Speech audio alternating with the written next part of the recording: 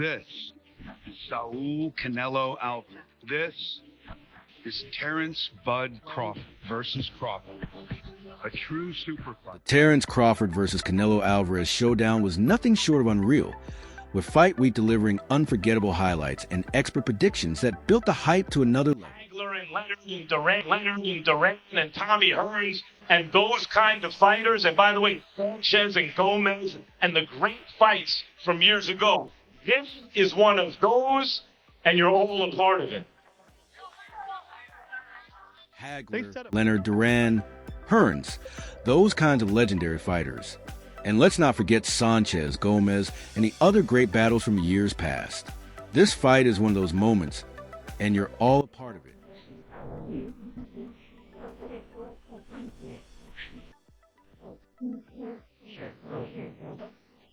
Crawford's preparation. The fight is born long before the bell, on quiet mornings when the city still sleeps, and two men separately choose to push their bodies through the relentless torments that forge legends.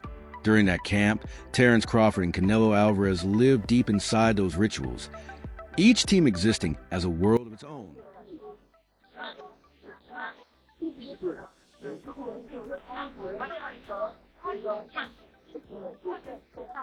Crawford's preparation was a focused transformation as he moved up in weight to face Canelo at super middleweight. He rebuilt his body with a careful gain, not just to add size, but to preserve the slippery speed and precision that kept him unbeaten. His trainers fine-tuned his strength and nutrition, so the extra pounds amplified his power rather than slowed him down. Sparring with bigger men and conditioning built for endurance, he honed a movement that allowed him to pick his shots and vanish just as quickly.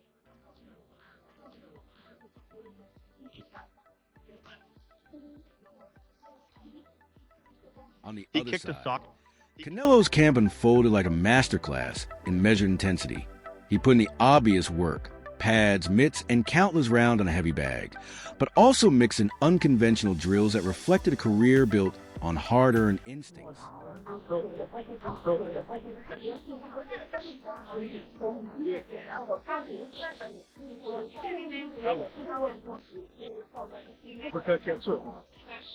He kicked a soccer ball, keep his feet quick and vision sharp, alternating technical drills with flashes that reminded everyone he was still an elite athlete at 168 pounds.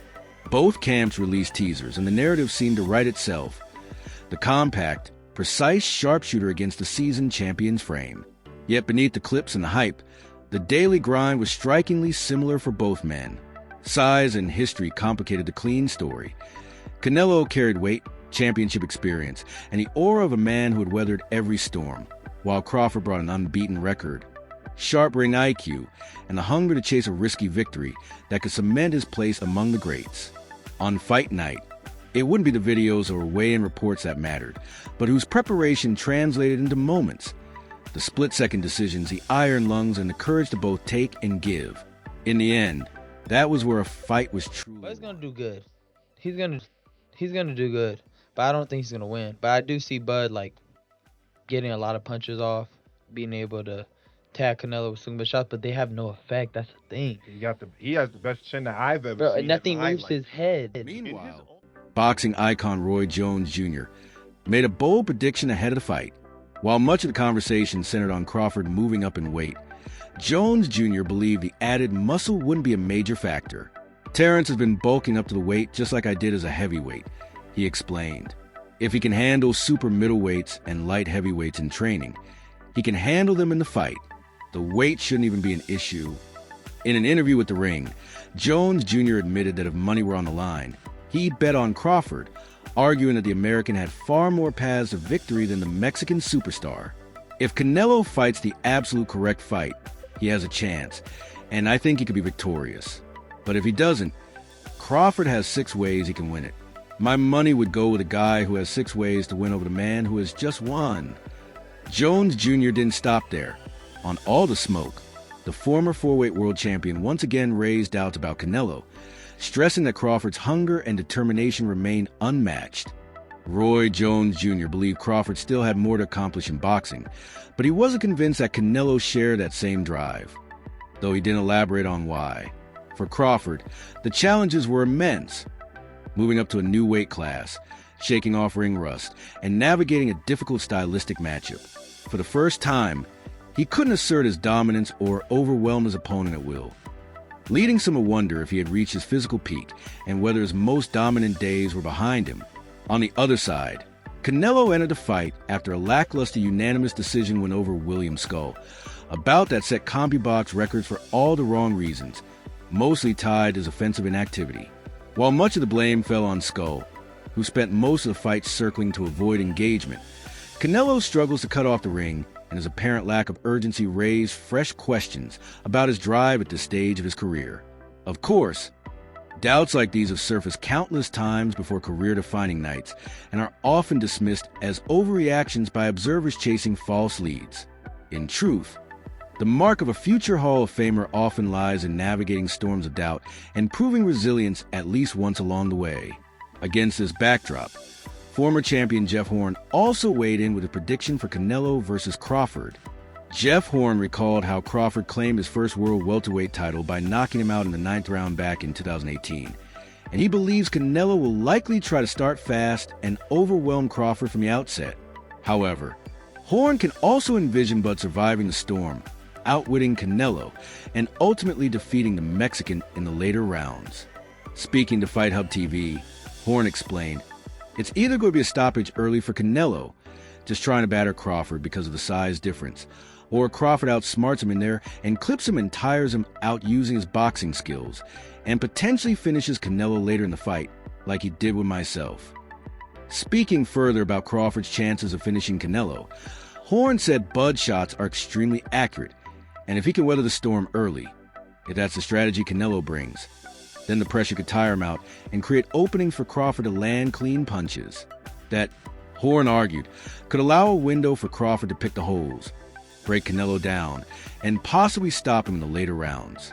Meanwhile, boxing legend and former world champion Andre Ward, widely regarded as one of the sharpest minds in the sport, has been secured as an analyst for Netflix's broadcast of the showdown between Canelo Alvarez and Terence Crawford.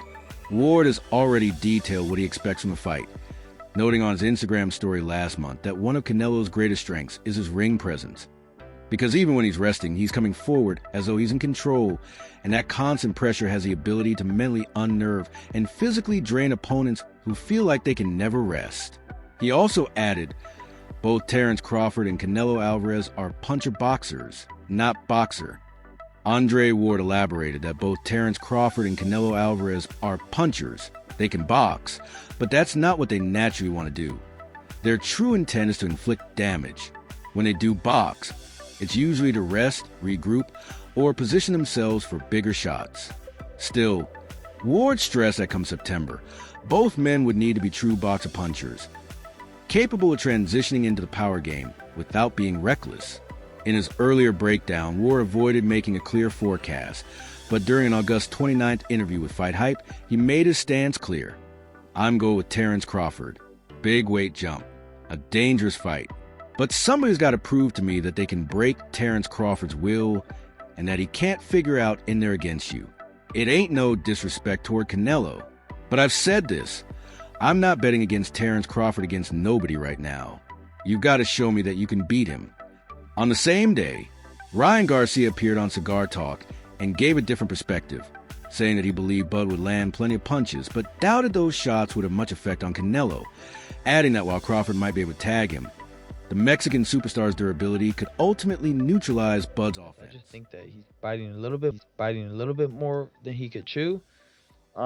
But you never know. If anybody can do it, it could be Crawford. You know, I do see him like when he fights. I'm like, damn, how do you beat this guy? You know, he could do it all. He could box. In his ultimate prediction of how the fight would unfold, Ryan Garcia acknowledged Crawford as a great fighter, one of the very best, but suggested that in taking on Canelo, Crawford might be biting off more than he could chew. Garcia, who once firmly expected Canelo to come out on top, now seems to be shifting his stance, or at least recognizing that Canelo faces a much tougher challenge than he originally suggested. My problem with Canelo is his intensity. He doesn't have the same intensity that he used to have, and I think that's going to be the biggest issue for me. Garcia explained in an excerpt from Day On Boxing. He continued, "Can he still counterpunch? Yes. Can he still be slick? Yes, but does he have the energy and the intensity that he used to have when he was younger, or even when he fought Caleb Plant? To be honest, for me, it's like, is he going to be able to have that second, third effort? Because that's the problem Canelo has. When Bivol gave him 3 extra movements and 3 extra shots, Canelo ended up doing weird defensive moves that got him out of position.